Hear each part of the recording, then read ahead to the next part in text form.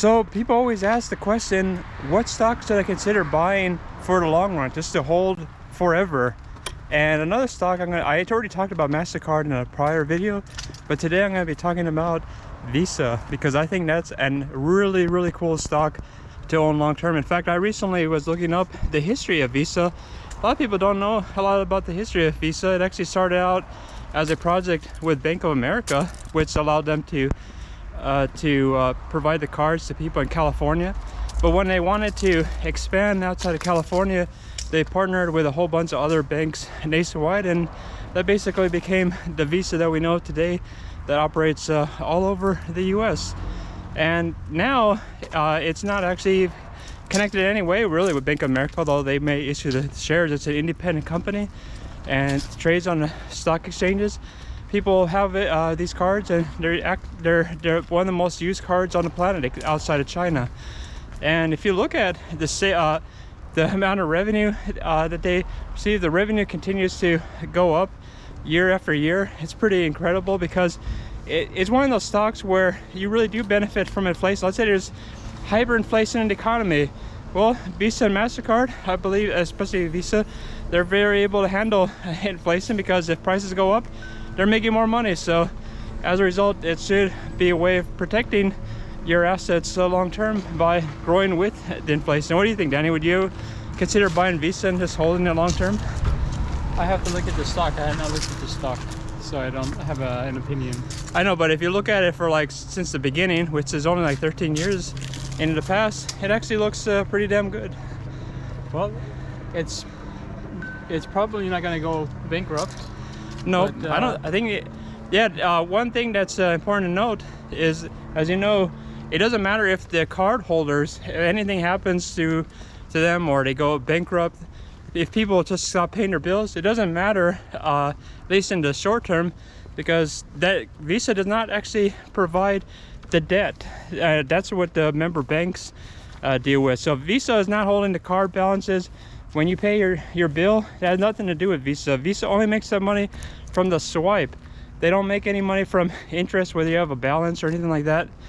And I was looking through their company reports. They're a very innovative company. Not only are they actually making money on swipes, they're kind of making money now on some kind of fraud detection and all kinds of cutting edge technologies that they're licensing to companies. So and also I anticipate that as we start moving towards more cryptocurrencies, where there actually are people making transactions with their cryptos, I think they will do quite well with that too. What do you think about that? I think that the fraud detection, they have to keep making it improve, because the hackers know how to overcome the fraud detection. Well, one thing I was reading about today that's cool, you know how when you transfer money from one bank account to another, it's kind of a slow process. I think it's called the ACH, and it almost works as slow as the postal service. Really slow process. But I think Visa as well as MasterCard actually are innovating. Visa is creating some kind of system where the money is transferred a lot faster than this really slow and ancient I think it's ACH kind of system. And what do you think about it? Isn't that cool that they innovated and say, hey, we got to figure a way to move this money a lot faster? I believe in recent times it's been already reduced. It used to be 3 days, and now it's more like two days, but it's still slow. Well, that's slow though, considering I'm sure these and so yeah, companies like Visa, they're innovative, they're focused on getting the money faster. And another great thing I like about Visa is I like monopolies. When you want to invest in a company, the last thing you want is something that's competitive. So what I think is funny is in the perspectives, it talks about, oh, we're in a very competitive market and blah blah blah. But I think that's mostly to get the antitrust people off their butts, because you always want to be seen as you're in a competitive market, even if you're not.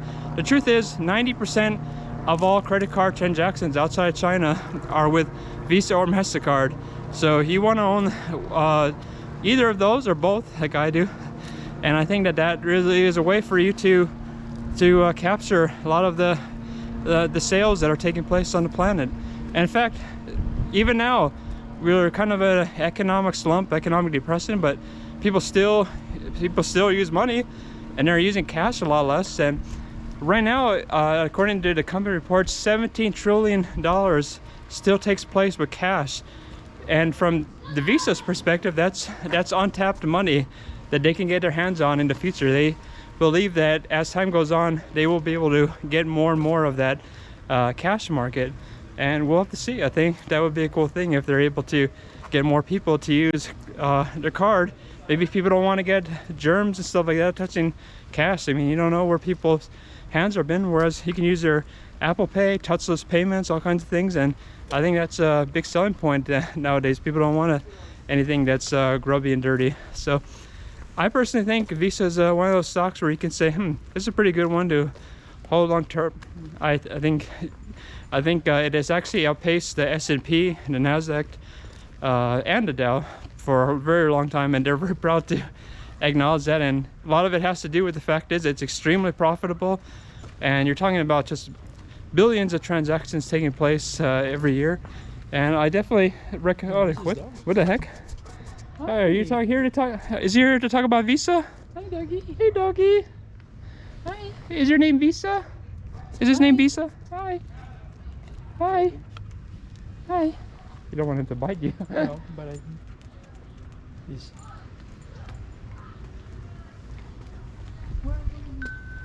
Where are you going? Hey. Hi. Maybe you should look at his thing and call it up. Oh. It's okay. It's okay. Okay, it's okay. It's okay, buddy. Hey, buddy. Hey, buddy. It's okay.